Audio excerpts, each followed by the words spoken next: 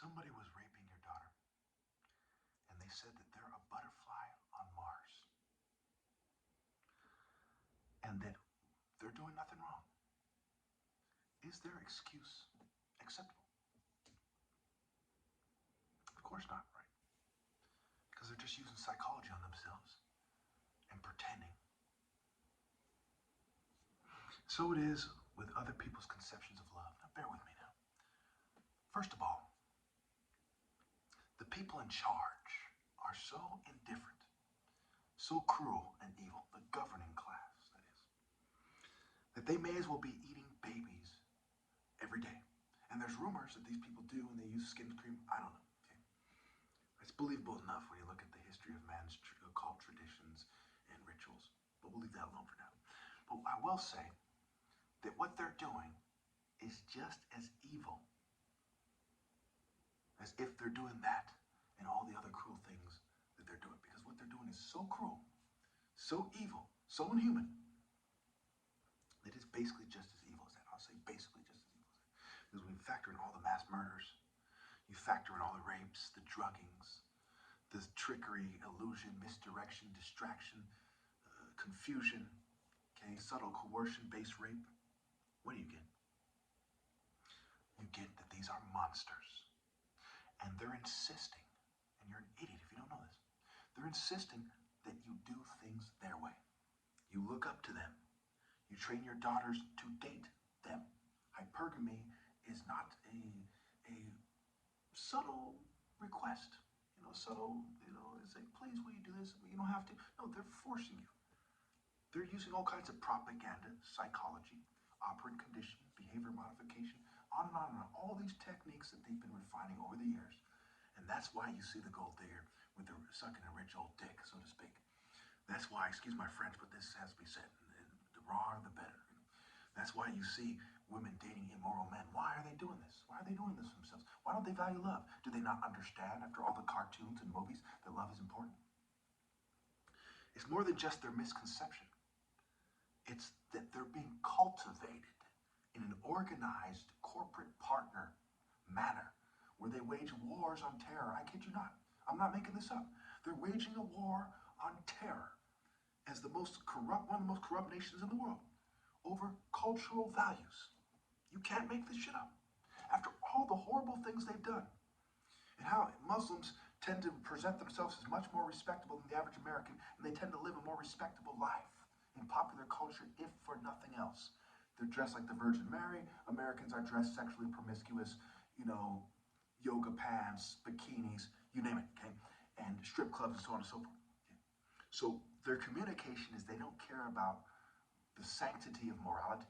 They don't care about promoting morality and thinking with your heart. They want you to think with your flesh. So it's called provocative dress. Okay?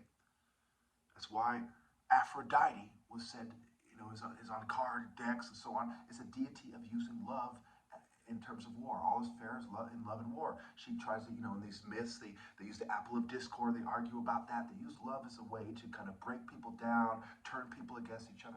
Pretty straightforward. All right.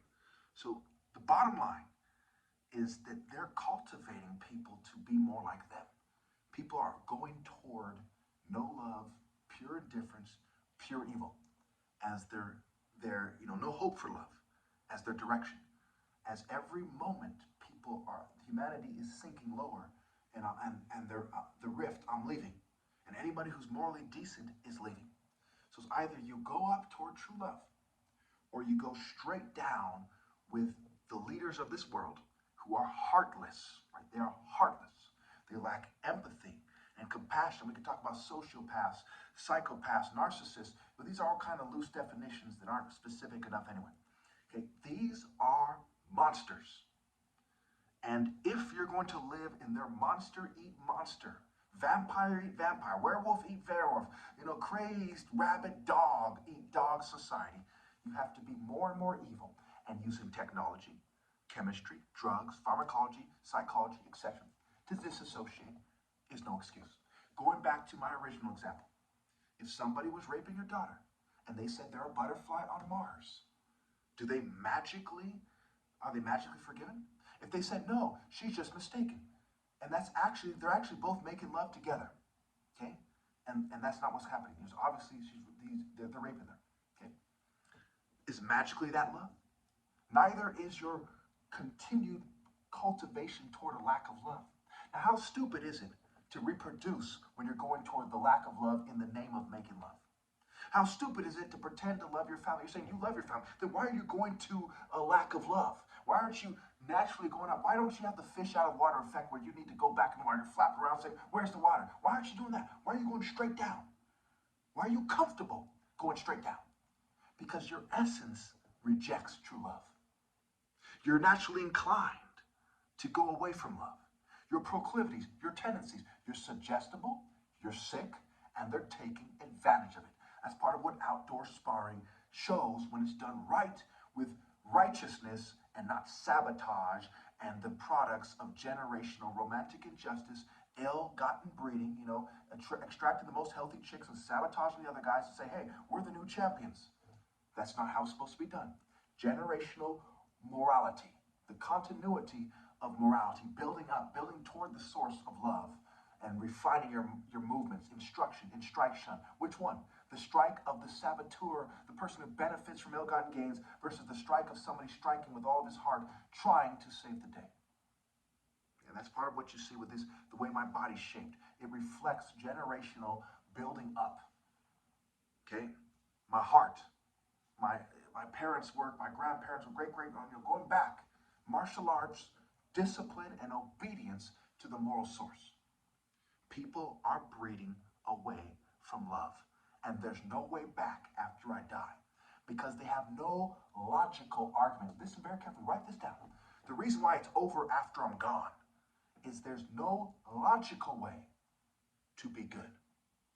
After they cheated me out of my rightful place, it's the children of pirates on a land that they shouldn't have. In their own language, live is evil backwards for a reason, or evil scrambled. Both. Because it's evil. Because their very life is breeding toward down.